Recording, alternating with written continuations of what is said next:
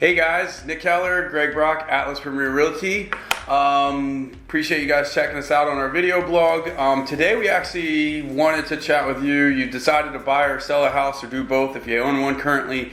And now it's time to really kind of get into that planning process. Best to do that with a real estate agent so that it can help kind of lay out expectations.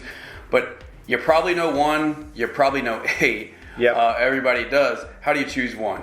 I think there's actually 42,000 licensed real estate agents in the state of Maryland. Yeah. So there's a lot to choose from, and it's really important to figure out some key things that you can ask. Yeah, I mean, here's the thing. I mean, a lot of people know somebody or know somebody who knows somebody, and while those things are great, referrals are great, is liking somebody... Is that, should you be putting your hitching your wagon to just someone that you like? That's a very important quality to have, but is it everything? Right.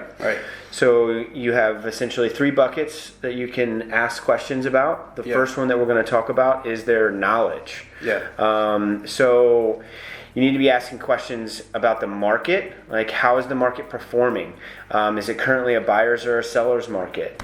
What is the home sale pace like? Is it increasing or decreasing? These are the kind of things that are going to either position you as a home seller in a better position going into the next market cycle, or as a home buyer knowing where you should be jumping into the market. Yeah.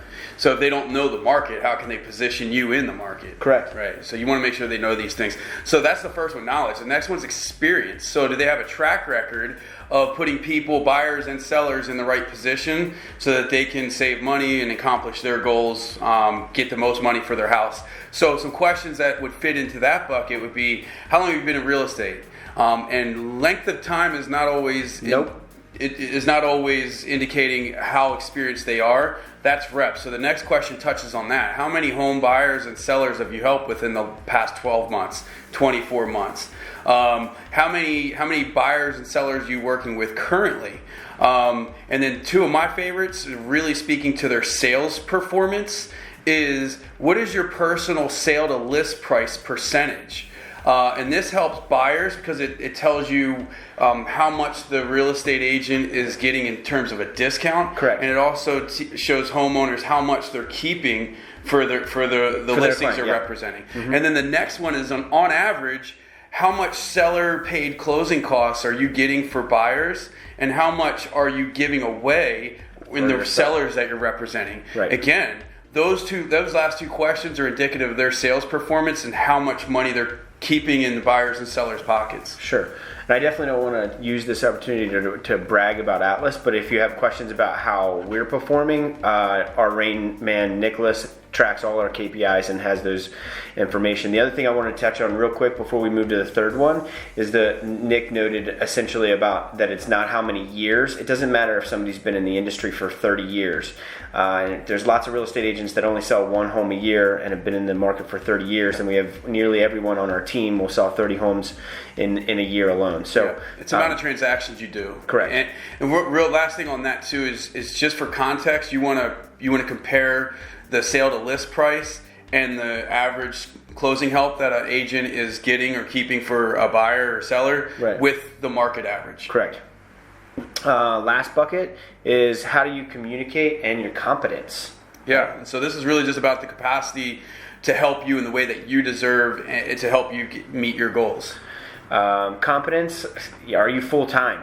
That one's really important. A lot of people have jumped into this industry in the last 12 to 18 months because it has been a lot like riding lightning, and a lot of people are still part-time because they're figuring their way through that, which is a way that a lot of people get started, and there's nothing wrong with that, but you need to decide whether or not you're comfortable with somebody who might not be available from 9 to 5 during the day. Secondly is, do you work independently or with a team? That's really key. We feel like it's really important because we have a next man up and play for the man next to you mentality here at Atlas.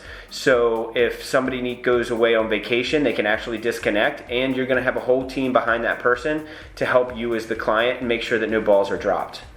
What else we got there? So we have. So this one's one of my favorites too. Is you wanted to ask the realtor candidate to describe an instance where they had a challenge or an obstacle and how they dealt with that. And what you're really looking for there is, did they get really heated and emotional about that and kind of combative?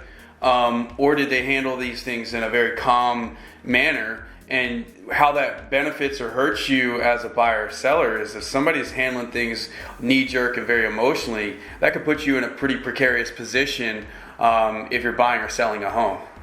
And the one way that you will really find out if they're telling you the truth on that question is to get some references. Ask for past clients' names, numbers, and then even ask those past clients' names, numbers for another reference for somebody that agent has worked with.